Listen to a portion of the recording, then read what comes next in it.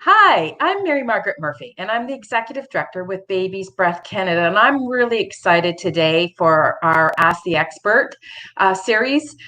We have Allison Napier, who is a death doula, with us today. Allison is is a breast cancer survivor who knew after losing several people that she wanted to or needed to help people in dealing with death and loss. So Allison became a death doula and runs a grief retreat here in the Niagara region. So I'm really excited today to have her join us. I have some questions for her, and I'm sure you will find this very interesting because I had never heard of a death doula until recently. And, I think it's just a fascinating career choice that Allison has made. So joining me is Allison Napier. Hi, Allison. How are you? I'm good. How are you? I'm good. Thank you. So thank you for joining me today. As I said, I'm really excited to have you here. I don't think a lot of people know that death doulas do exist and what death doulas do. So let's get started. And of course, my first question is really, tell me a little bit about yourself. Wow, that's a tough one. Right off the bat. Yeah. Like you said, I'm a breast cancer survivor, and that kind of has changed I like the new normal phase and phrase that we're all using now, because after cancer, that became my new normal. So I like to think of me as before and after cancer. Right. Yeah. Yeah. It is kind of interesting because I think a lot of people can relate to what you just said, right? Yes. Yeah, exactly. So what is a death doula? Well, the easiest way that I explain to people, because when I say I help people have a better death, they actually think that I'm assisting them in like an assisted suicide kind of thing. And that's not at all what it is. So I like to say when babies are born, people have birth doulas. Right. And the process is before they're born, during the birth, and after support. So I just do it on the way out. So support before you die, while you're dying, and then for your family and support afterwards. It's the easiest way to think. Yeah. There's so many components to it that's just an easier way. Right. Yeah. So obviously this is an obvious question, I'm sure, but how do you become one? I went to school in Toronto for it in an amazing group of people. You have to think there's not a lot of people who want to sit around and talk about death. So we were all kind of connected on a level that I'd never, ever experienced before. Oh, sure. And I had done some training before. Like I became a volunteer at hospice, and I took some thanatology courses. And it wasn't until I experienced like deaths that I was, there's a better way to do this. So exactly. Yeah. And it's interesting that there is a program. So you are a certified death doula. Yes. Mm-hmm. I went to the Institute of Traditional Medicine in Toronto. Great place. Yeah. How long did it take for you to get through this program? 6 months. Okay. Yeah. Mm-hmm. Yeah. And how many people were in the class with you? 40 people, if you can believe it. Oh, yeah. So, and there is. Go ahead. Sorry. I was just going to say they're like my family now. Oh, sure. Yeah. And there is a society. So there is a, I want to say a death doula sort of. In Canada, it's a bit different than it is in the States. In the States, they, it's obviously different ways to do it, but yeah. Awesome. And there's different names for it. I call it death doula because that's what it is. Right. End of life care is, companion is another one, but you also help people with their grief when they're dealing with the loss of someone as well, right? Yeah. Well, and I think we deal with grief all the time in so many ways. So that just seems to fit with me because, loss of a job, loss of a marriage, loss of a person, pet, whatever. We deal with grief all the time, and we're all dealing with it right now in this pandemic. Yeah, for sure we are. We're grieving the old life we had. That's right, and obviously having to figure out what our new normal is going to be. Right. So how would you help someone as a death doula? What is the process in working with someone? Well, like there's before. Right. So somebody would contact you to help them. I don't know if we've set up, medical schedules, or a lot of it's just support, talking, Mm-hmm. spiritual, emotional support, Mm-hmm. getting people in a lot of it's for the family too. Right. The anticipatory grief is hard, that you're going to die. It's nice to have somebody that it's hard for a family member to take on all of that emotion because they're Sure. dealing with their own things. So it's kind of a multi role. Mm-hmm. Then a lot of death doulas will be in the home because that's basically what Mm-hmm. it's kind of, I like to think of it like a midwife, right? You Right. help people die in their homes. Yeah. In Canada, you're not allowed to say midwife, so. But people have beautiful deaths at home. Anything's Yeah. possible. And then Yeah. the grief afterwards. Yeah. I think it would be, if I would, look at it as I would rather die in my home than versus in an institution or a hospital, Well, right? it's funny. The stats are, most people want that, and only, a handful of us do. But I Yeah. think we don't know that that's possible. Right. Like I've been trained to keep a body in the home for 5 days. Like I can run a home funeral, and Wow. nobody knows that you can do that. We've Yeah. we've made it so sterile, and Mm-hmm.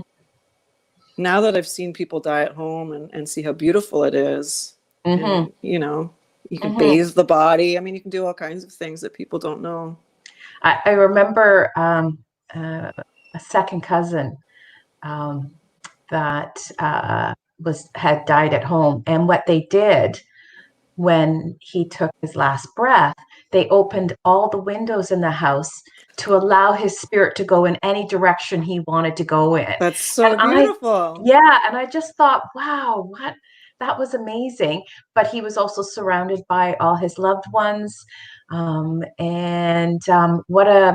when I think about it, you're right, it helped the family in, I guess, honoring him and letting him, Right. And that's sort of a right? ritual in a way. I mean, the Yeah, Irish, that's what they do. They open the windows so that the spirit can get out.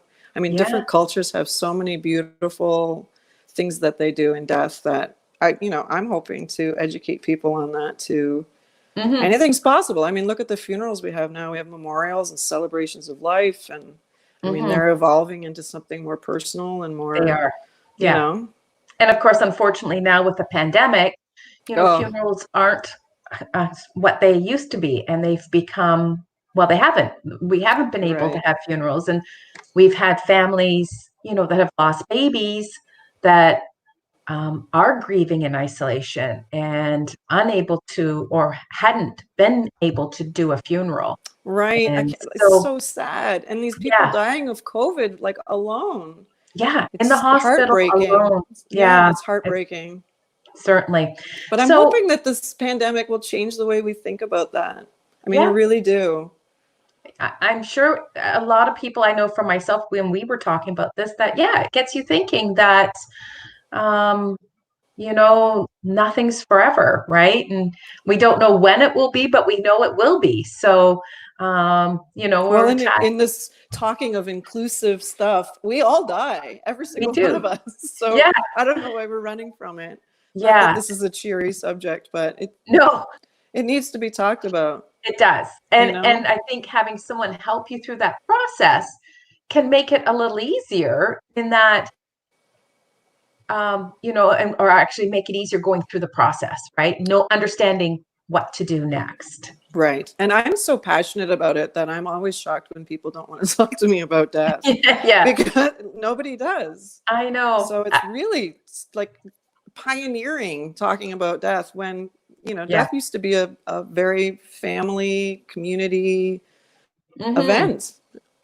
Yep, exactly. Well, and a baby's breath, most people don't realize one of the events that we were going to do this year is that we were going to host 6 families at your retreat. Right. So these would have been families that had lost, a baby to, whether it was SIDS or stillbirth or just had lost a child. We wanted to have a retreat at your place for the weekend for them to come and, experience. So because you have a couple cottages. So just talk to us a little bit about sort of what people can expect, as far as a retreat with you for a weekend in dealing with death and grief. Well, I'll start by saying that I was at my cottage grieving my loss of my marriage. Mm. And I was sitting out on this deck, and it's encased in glass. And it was a beautiful day, and it was sunny, and I could sit behind I wasn't cold, blankets around. And I thought, I'm like healing just sitting here, you know? Oh, sure. And then the next day, it'll be wild and snowing and violent. And that's how I was feeling too. I always feel like the nature kind of masks or matches what you're feeling. And that was the day I decided I wanted to be a death doula, because I'm like, I can do this. People need to come to a place and connect with other people. And I was excited about the retreat because that would give so many families an opportunity to talk to other people, right, in the same situation, in a inviting, and because we do meditation, yoga, and you and I really got excited about the idea of everybody bringing a meal, and having a communal kind of dinner together where we all share. Because grief is about sharing and talking, and I think a lot of people don't feel like they can talk about their loss. It makes people uncomfortable, and it does. And I think you need to talk about it. And when people lose a baby, it's so, it is heart-wrenching, and they think, they're the only ones that's ever happened to. And so to be able to be with other families that has happened, the same thing has happened to them, maybe not the same way, but they can. And I like that it was couples. Yes. Because couples grieve differently. And sometimes it's good to know that. Even when I experienced my breast cancer, everybody around me dealt with it differently than I was. And it was hard to all get on track, and because we all deal with things at a different pace. So grief is the same. Exactly. It is the same, but you're right. We all have a different timeline. Right. And that's okay. That is okay. But I think, this, unfortunately, we had to cancel. We canceled all of our events for this year. And who knows, maybe we'll be able to do something next year, because I think we do provide grief counseling. So we had our grief counselors on last month. So, this month having you here, hopefully we'll see, as we get through, maybe into stage 3, and we'll see. I wonder how what many happens. Stages there are. I don't know. I wonder too. So, but even this video, everybody's doing video things now, and I'm finding them to be really, really inspiring. Like another death doula of mine, friend of mine, we were talking like we should do a podcast. People need to be talking about this and options and how to deal with this in a way. Yeah, exactly. Exactly. You can't be out there personally. You can do it this way. Might be our new normal. Right. So I wanted to talk to you a little bit about some of the work that you're doing as far as legacy, meaning, and ritual work, because you'd mentioned that you're starting to get into that. So tell me a little bit about that. Well, I was teaching at Wellspring, and it also got canceled because of COVID, but it was, finding meaning after cancer. But you can find meaning in death. And I know a lot of people don't know that. Yeah. And legacy is part of that, and finding a way to represent, or a lot of people do it before they die, which is really exciting. I've done a few books with people, wrote books with them to leave to their children. Yeah. What a And great, now I'm trying to record it as well, because hearing someone's voice, mm, or mhm, laugh is so important. I know a woman who keeps her answering machine tape mm, because that's the only voice she has of her husband. I mean, right. to do Uh, that beforehand is so great. and that's got me thinking because how many generations have we lost, that didn't write down their stories or didn't, Right.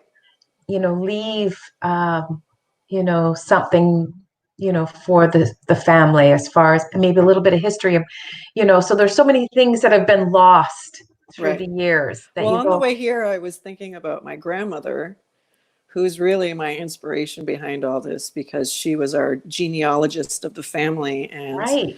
we, my mother was like the seventh generation in the same house. So Mm-hmm. these ancestors were everywhere. Their things, their clothes my Right. grandmother had, the stories she told. Like, I mean, I Right. feel like I grew up knowing these people, and they've been dead for 100 years. Mm-hmm. Yeah. And I didn't realize other people didn't do that. Yeah. And I find people's stories to be fascinating, Yeah. because we are all fascinating, right? Why Right. not? Why not? And people think you have to do that before someone dies, but you can do it. You can do it after.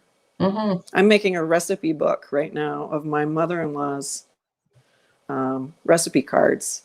And Okay. I'm going to put pictures of her cooking and all of us eating, and I'm going to give them to all of her grandchildren, because that's what she did. Wow. She cooked for us, and I can't think of a better way to What a share great her. memory. Yeah, Yeah. it's a great memory to But have. there's so many things you can do, right? Yeah. I wish because my grandmother was such an amazing cook, and I don't have any of her recipes. She made amazing pies, and Oh, she lived on a farm, so she had all fresh fruits and vegetables. So she did canning. So, but we don't have any of those recipes, and or at least I think a lot of them may have been in her head.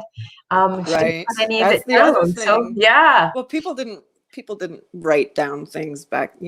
But I have no. diaries going back to 1798. I Mm, mean, I can go through my family. They were farmers, and they wrote down the weather and how much they sold whatever for. And then, right. Bessie came to visit on a, Yeah. but we don't Yeah. do that anymore. Yeah.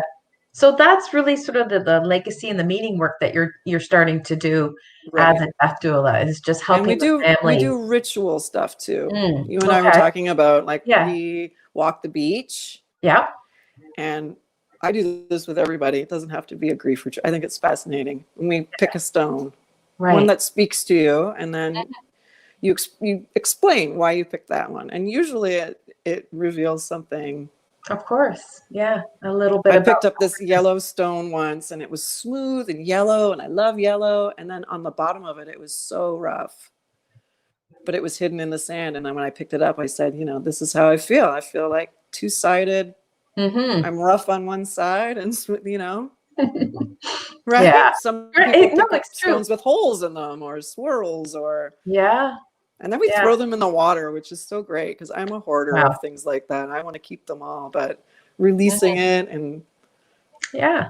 And that all helps with the process. That all helps in learning to come, dealing with obviously the grief, learning to you understand that it is okay to feel this way. It's okay right. that you're going to have days like that where you're going to feel sad, and yeah, there could be two sides to you that day or the next day, as you're going through the process. Well, And in the retreat, people don't really know you at the beginning, but when we do Mhm. the stones, it's usually the other people who can say, well, I think you picked this stone because you're many layers, and there's layers in this rock.